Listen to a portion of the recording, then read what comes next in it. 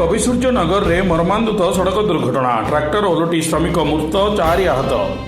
कविसूर्यनगर थाना आठगड़ पाटना निकट में एक भयंकर सड़क दुर्घटना घटी।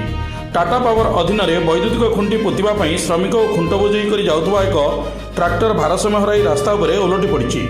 ଏହି ଦୁର୍ଘଟଣାରେ ଟିକରପଡ଼ା ଗ୍ରାମର ଶ୍ରମିକ ଶିବଦାସଙ୍କ ମୃତ୍ୟୁ ହୋଇଥିବା ବେଳେ ଅନ୍ୟ 4 ଜଣ ଶ୍ରମିକ ଆହତ ହୋଇଛନ୍ତି। ଆହତମାନଙ୍କ ମଧ୍ୟରୁ ମେଦିନୀପୁରର କୃଷ୍ଣଚନ୍ଦ୍ର ଦାସ ଓ ଟିକରପଡ଼ାର ମଦନ ଦାସଙ୍କ ଅବସ୍ଥା ସଂକଟାପନ୍ନ ହେବାରୁ ସେମାନଙ୍କୁ ବ୍ରହ୍ମପୁର ମେଡିକାଲକୁ ସ୍ଥାନାନ୍ତରଣ କରାଯାଇଛି। ଅନ୍ୟ 2 ଜଣ ଆହତ ଈଶ୍ୱର ଚନ୍ଦ୍ର ଦାସ ଓ ଜଗା ଦାସ କୋଦଳା ଗୋଷ୍ଠୀ ସ୍ୱାସ୍ଥ୍ୟ କେନ୍ଦ୍ରରେ ଚିକିତ୍ସିତ ହେଉଛନ୍ତି। ସୂଚନା ଅନୁଯାୟୀ ଚଢ଼ିଆପଲ୍ଲୀରୁ ଆଠଗଡ଼ ପାଟଣାକୁ ପ୍ରାୟ 10ରୁ ଉର୍ଦ୍ଧ୍ୱ ଶ୍ରମିକ ଓ ବିଦ୍ୟୁତ ଖୁଣ୍ଟ ନେଇ ଯାଉଥିବା ସମୟରେ ଏହି ଅଘଟଣ ଘଟିଥିଲା। दुर्घटनार प्रकृत कारण अस्पष्ट थिले मध्य ओभरलोडिंग किंबा चालक मद्यपान करी गाड़ी चलाउथबा नै स्थानीय अंचल में चर्चा होची। विशेष कथा होची दुर्घटनाग्रस्त ट्रैक्टर रे कोनोसी नंबर प्लेट मध्य नथिबा देखिबाकू मिलिछि। कविसूर्यनगर पुलिस घटनास्थल रे पहुंची तदंत आरंभ करिछि।